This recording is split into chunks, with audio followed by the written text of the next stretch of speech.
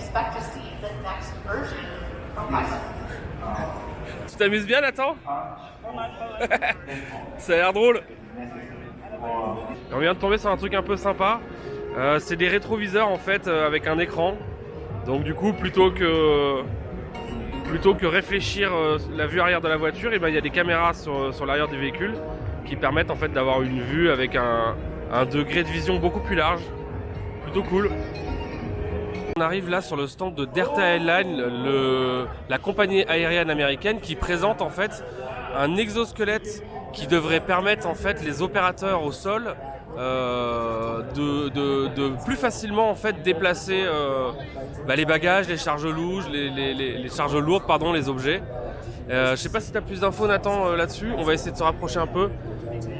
On peut l'essayer d'ailleurs. Est-ce que tu veux l'essayer, Nathan? Il faut aller faire la queue, je sais pas. Moi je pense que ça ferait des super images.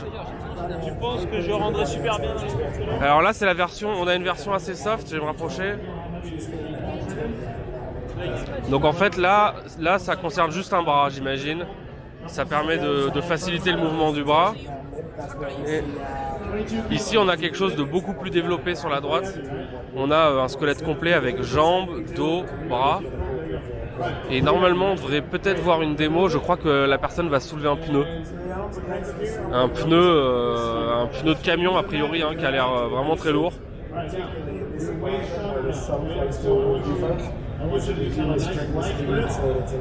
On va peut-être essayer de se placer de l'autre côté. J'aimerais bien essayer ça. Donc là on va avoir une démo complète de l'exosquelette de Delta Airlines.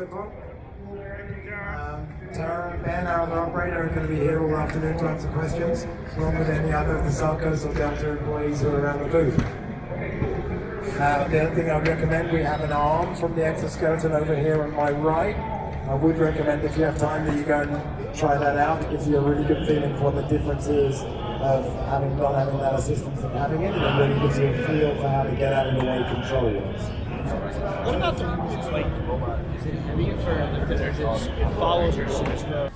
Et on se retrouve sur le stand d'Impossible Food, donc ce fabricant de fausses viandes véganes qui avait fait le buzz en fait en réalisant un steak de bœuf, enfin une imitation de steak de bœuf uniquement à base de protéines végétales et avec une recette secrète en fait qui imitait le sang.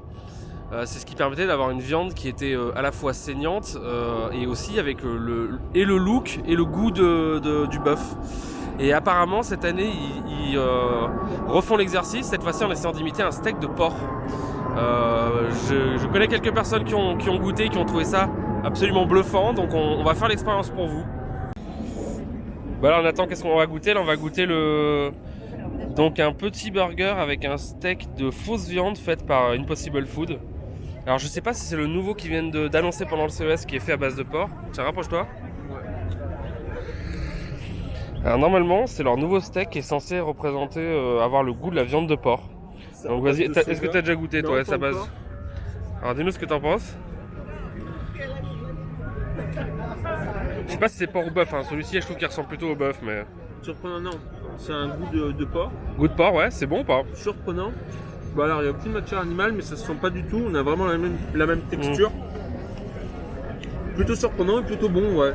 Je vais le finir à me laisser sans sourciller le dégommer quoi. Alors là on va vous présenter un truc plutôt sympa.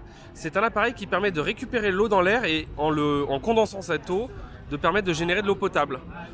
Et donc ici il fonctionne sur le salon et on peut boire l'eau qui vient d'être condensée de l'air. Donc ça s'appelle Source. Et je crois que c'est produit par c'est Zero Mass Water, le nom de la startup qui fait ça. Voilà, donc en fait c'est un système complètement autonome qui permet de créer de l'eau via la condensation et c'est utilise uniquement l'énergie solaire, donc c'est autonome, il n'y a pas besoin de l'alimenter. Donc souvent les gens décrivent oui vous pouvez créer de l'eau potable mais il y a une telle consommation d'énergie, notamment par exemple sur la désalinisation d'eau.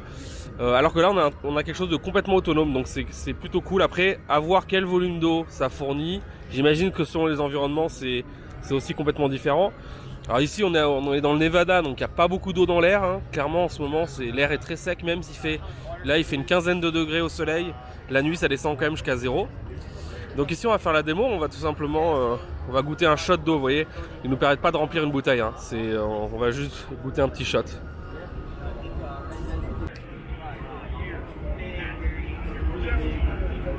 Alors Nathan, dis-moi, cette eau, est-ce qu'elle est bonne? Allez, Est-ce qu'elle est bonne? Cul sec? c'est de l'eau. C'est de l'eau quoi. Il n'y a pas de goût, il n'y a pas. Bon du coup on a goûté l'eau, effectivement elle a aucun goût, hein, c'est de l'eau quoi, traditionnelle. Ici vous pouvez voir les panneaux solaires qui alimentent le système. Voilà.